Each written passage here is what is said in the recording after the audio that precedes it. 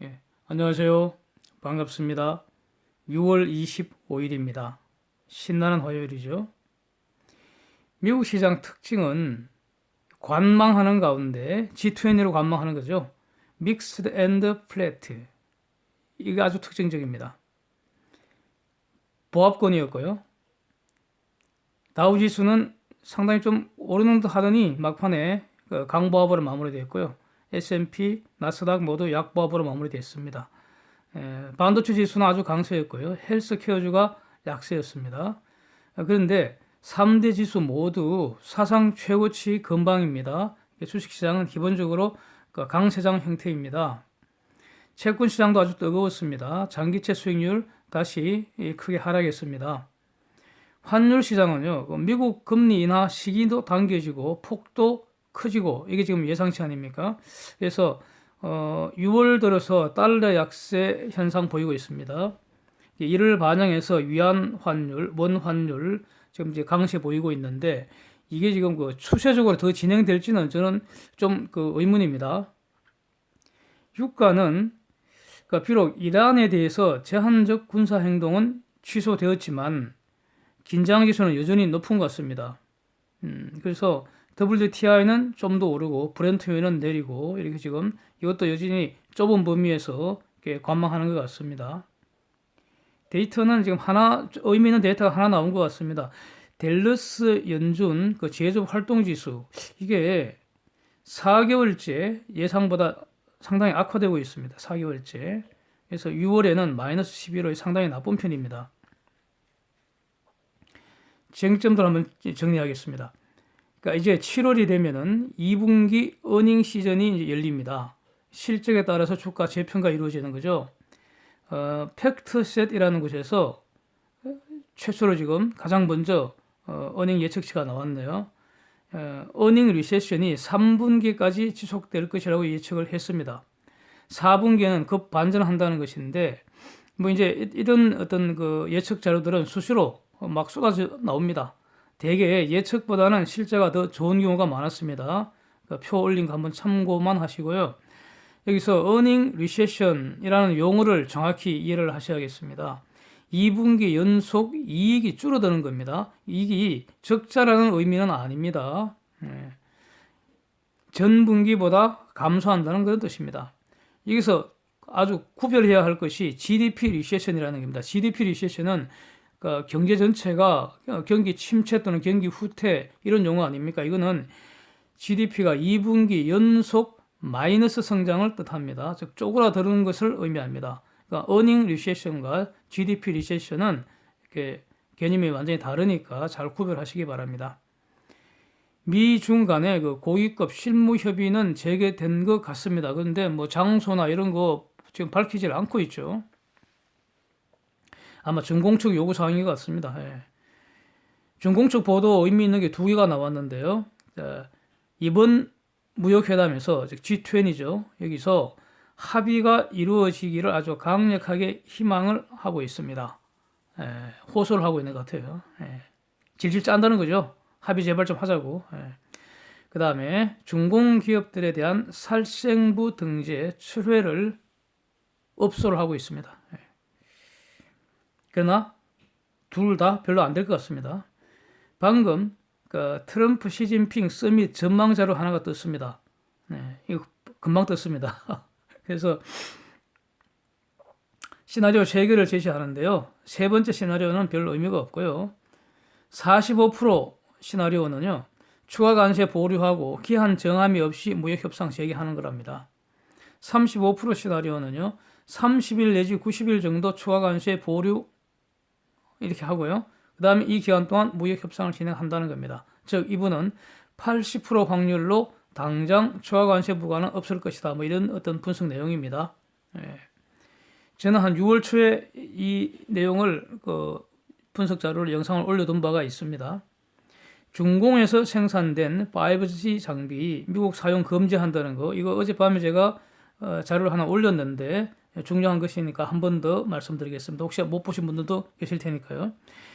그러니까 미국이 화웨이하고 그 다음에 슈퍼컴퓨터 업체 이런 걸 지금 엔티티 리스트에 올렸지 않습니까? 그래서 이런 올라간 기업들, 즉 엔티티 리스트, 저는 살생부라고 이름을 이렇게 부르는데 살생부에 올라간 기업들은 원칙적으로 미국 기업들과 거래 못합니다. 그런데 이제는 아예 중공에서 생산된 5G 장비는 미국에서 사용을 못하게 하는 방안이 추진 중이라는 겁니다. 그래서 여기서 말하는 이 통신 장비라는 것은 휴대전화 기지국의 각종 전자기기들, 라우터, 스위치, 소프트웨어 이런 걸 다 총망라하는 겁니다.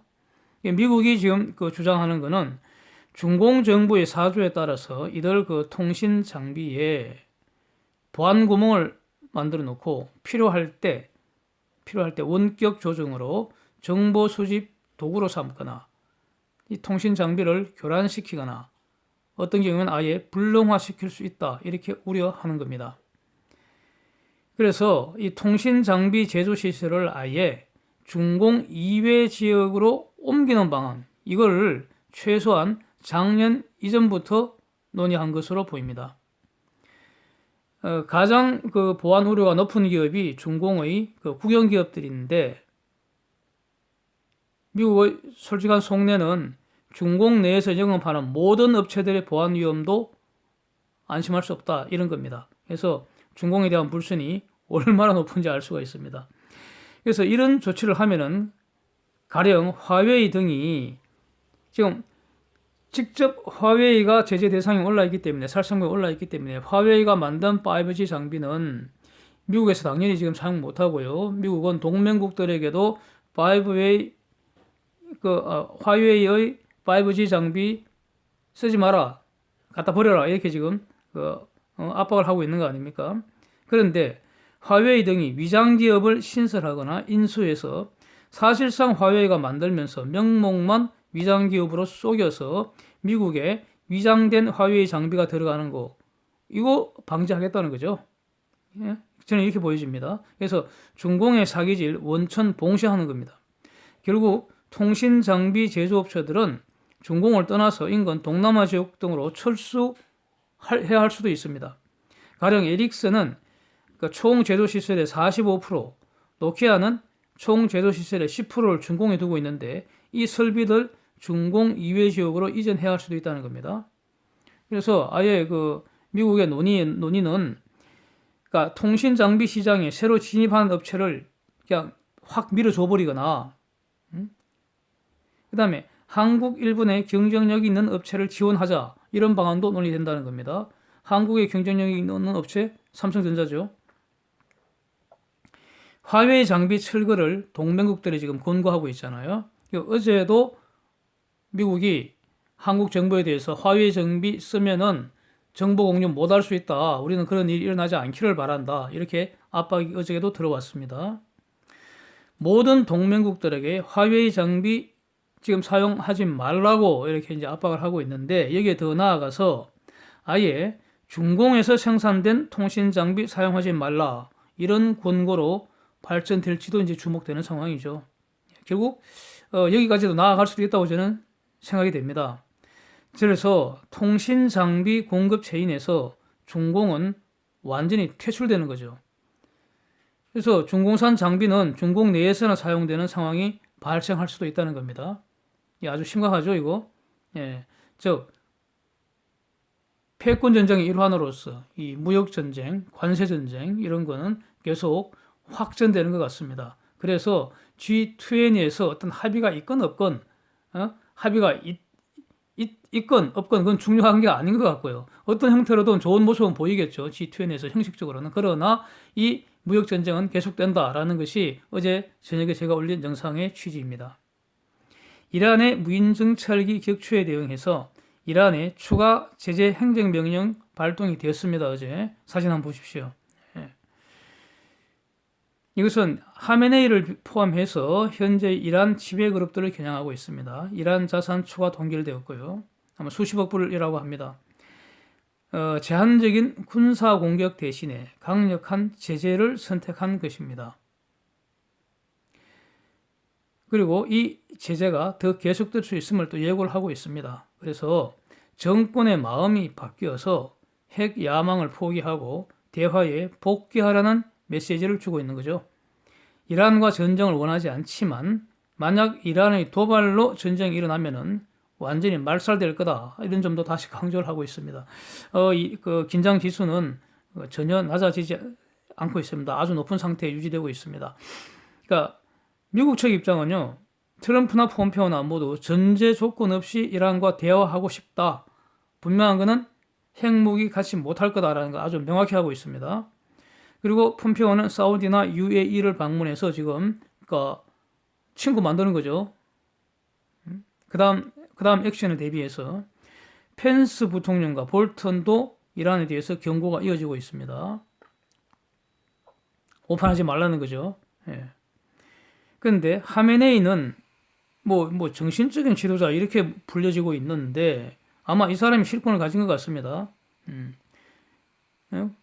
이란 국민들이 선거로 선출한 건 아닙니다. 하메네이가. 미국과 대화 자체를 거부를 하고 있죠. 이 사람은. 아베가 전달하려는 트럼프 메시지 그 자체 수령도 거부했습니다. 예? 트럼프 따위가 나한테 메시지를 전달할 상대가 못 된다 이러고 있습니다.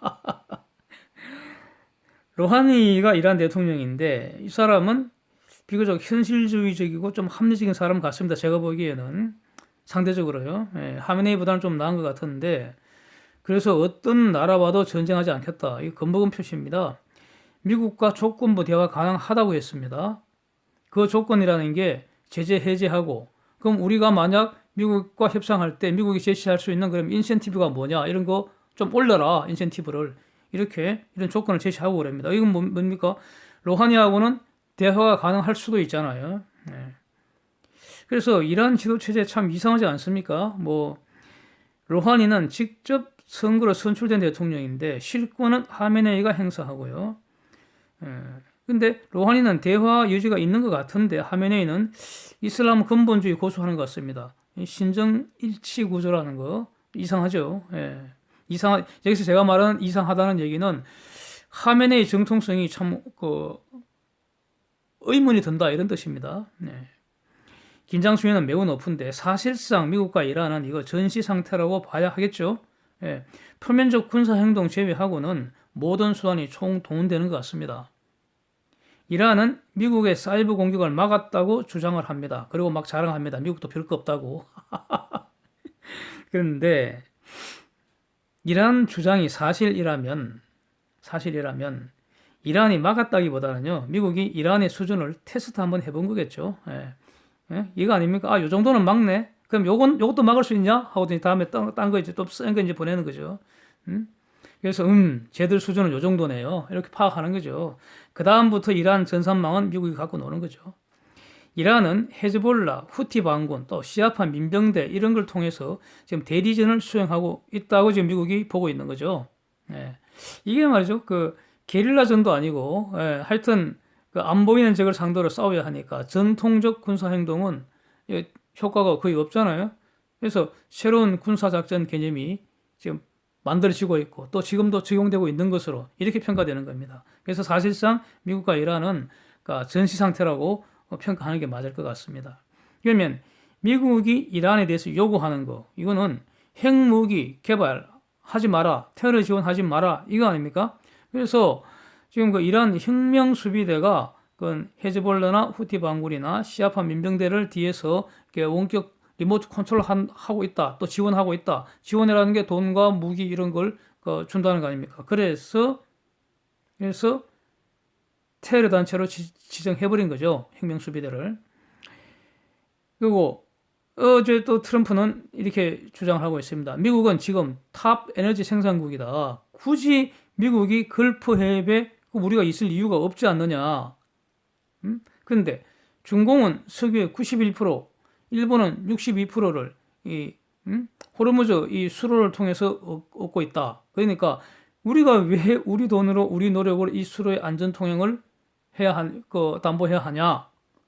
옛날에는 그럴 필요가 있었지만은 그러니까 중공과 일본 등 각국이 자기 유조선 지켜라. 이게 뭡니까?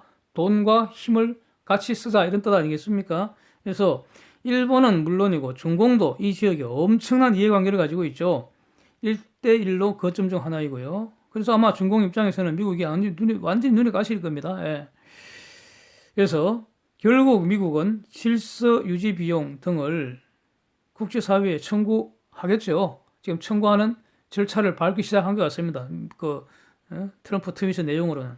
그래서 미국과 동맹들이 힘을 합치고 비용도 분담하고, 이 경우에는 미국이 중공을 한편으로 묶어낼 수 있을지 아주 재미있게 지켜보겠습니다.